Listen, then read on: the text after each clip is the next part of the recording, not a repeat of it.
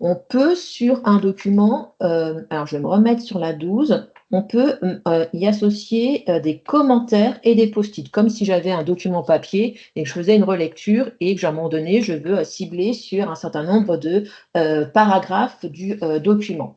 Ici, je peux voir que j'ai une icône avec une pastille avec un qui me dit qu'il y a déjà un commentaire qui a été saisi. Donc, je peux visualiser le commentaire. Donc, vous voyez, on a cette notion de traçabilité qui est présente, je disais, dans toute la solution, qui me dit que Delphine Sell, le 26 juin à 11h42, a fait la finalisation de la rédaction.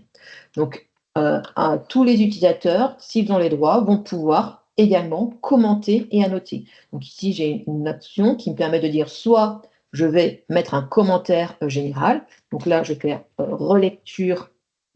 J'ai fait une relecture, tout simplement.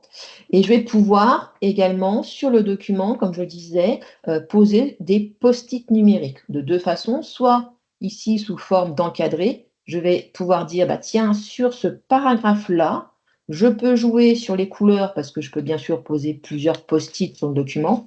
Peut-être dire, tiens, il faudrait revoir les pourcentages, actualiser les pourcentages. Je continue ma lecture et puis sur cette page, tiens, là, je vais plutôt faire je peux peut-être souligner et puis là, peut-être revoir, reformuler le titre, etc. Donc, je peux, bien sûr, comme je vous l'ai dit tout à l'heure, jouer sur le couleur parce que je peux mettre plusieurs post-it.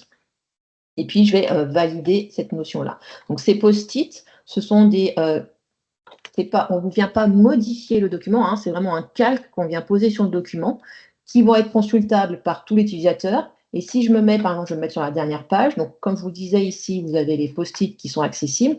Si vous voulez voir où se trouve en fait ce post-it, revoir les pourcentages, tout simplement, je clique sur le post-it et vous voyez, il est remonté en page 1, j'ai juste à descendre pour voir que en fait, le post-it était là. Si je vois quelle partie doit être reformulée, je clique dessus et là, je tourne en page 3 et je vois ici le post-it.